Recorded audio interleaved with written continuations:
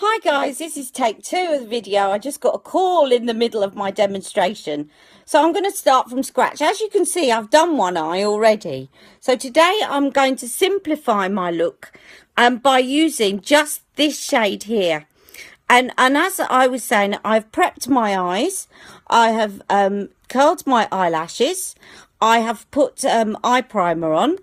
And that's the Younique eye primer. Very, very good.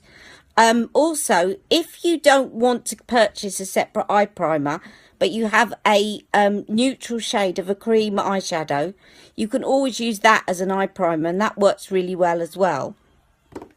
Otherwise, this is really good. And it just helps your colour. It comes out more vibrant. It helps it stay in place. So today, as I said, I'm just going to use this one lovely vibrant colour, which is called Sarcastic. And as you can see, I've already put it onto one eye. So you can see me now putting it onto the other eye. And you just literally blend it all in, all the way up. The trick here with this is, because you're using quite a dark shade, you need to even it out a little bit by putting a bit under the eye. And also making sure that you do a kind of dark black eyeliner and black mascara. Otherwise, on its own, it's going to look a little bit weird. But once you've got your mascara on and your eyeliner, it just gives you a really lovely smoky eye look. So I've just put that on with a fluffy brush. And I'm now going to get one that's a little bit more pointed. I need to get myself an eyeliner brush. I haven't got one, but I've got one that's a little bit more stiff, so that I can put that underneath as to balance out the colour. When you're using colours like that, it's okay, but it's also about balancing it out. So if you just left the under eye completely nude, it would look a bit weird. But if you balance it out underneath, and then you put your black eyeliner on and black eyeliner on and black mascara, then it will actually look fine. Now also, I did say I was going to use just one, but I'm going to give this a go, right? The only thing is, this isn't I've borrowed this eyeshadow. Now what I would do if it was mine, which I'm not going to do because it's not mine and I've borrowed it and it's not very hygienic. What I would normally do is to just dip my finger into this eyeshadow. As I said, I'm not going to do that because it's not mine. So I'm going to find the next best thing, which is this sort of flat brush that I can dip it in.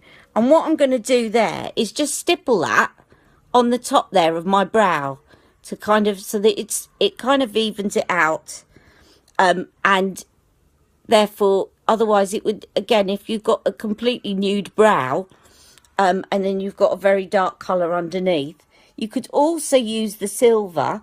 But I found when I was doing it the other day, as you could see, that the silver was quite overpowering, and the gold is just a little bit more subtle for if you just want to stipple a bit of a highlight on.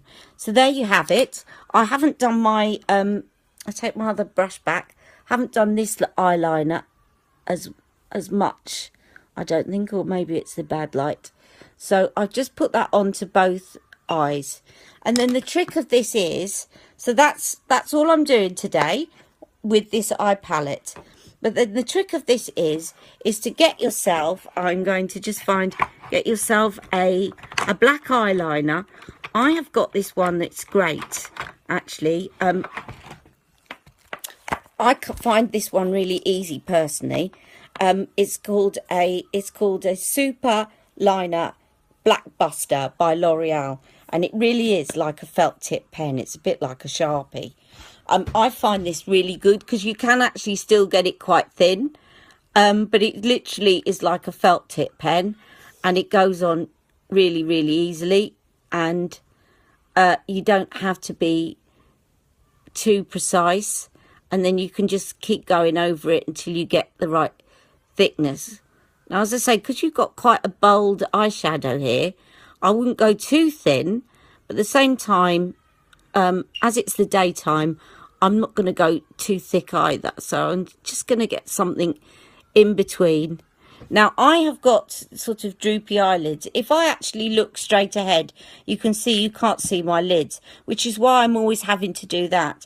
So I don't tend to do a big flick at the side, because if I paint it in up to there and then actually look normally, you will see it will disappear. So there's no point. It just becomes a bit of a mess. So I just line my, and I'll put a slight flick at the end, just where you can see, but I don't tend to go for anything more than that. If you don't have hooded eyes like me, that's what they're called, then of course you might want to go for a bit more of a pronounced flick. And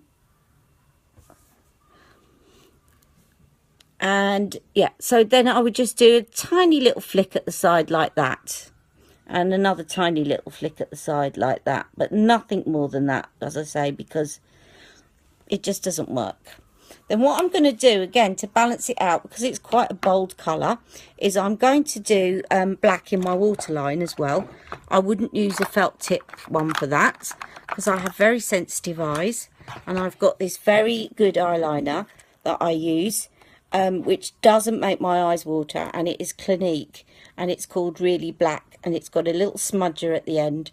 I find it's very good. It's waterproof. It doesn't make my eyes water, and I can put it in the waterline without it irritating my eyes.